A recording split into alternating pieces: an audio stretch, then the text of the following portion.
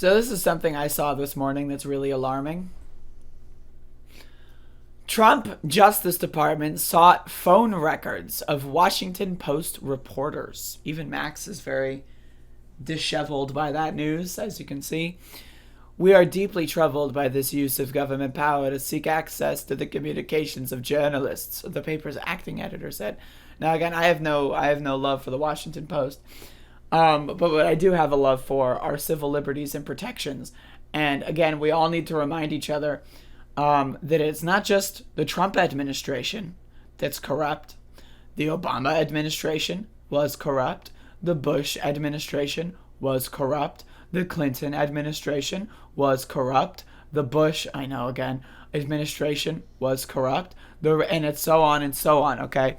All of these motherfuckers are corrupt. Every single one of them. Yes, even FDR. I know there's a lot of FDR fans out there. Fuck him too. There's no good president, okay? You need to understand that. And same thing with Biden. There's no good fucking president, okay?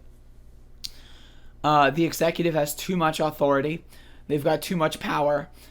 Bush and Obama basically just created this giant fucking surveillance state that makes the entire Bill of Rights go out the fucking window. You don't have protections from unreasonable search and seizure if they have all the data on your cell phone at all times. That's just not, sorry, you don't have that shit anymore, buddy. You just don't have it. Anyway, let's read. The Justice Department confirmed Friday that it sought the phone records of 3 Washington Post reporters for calls they made during 3 months in 2017 while reporting on Russia's role in the 2016 presidential election.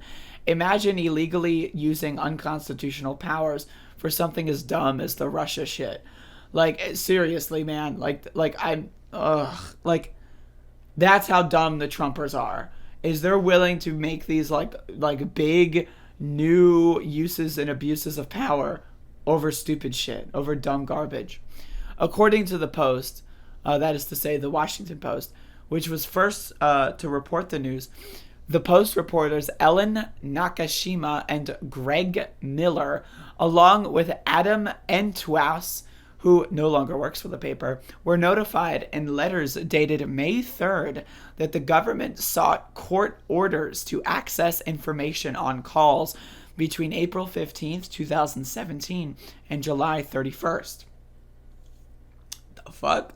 The paper said toward the end of the time period, the 3 wrote a story about classified U.S. intelligence intercepts indicating then Senator Jeff Sessions, Republican, Alaska, talked about the Trump campaign in 2016 with Russia's, not Alaska, Alabama, my apologies, Russia's ambassador to the U.S., Sergei Kislyak. Who cares, man? All this shit, who gives a fuck?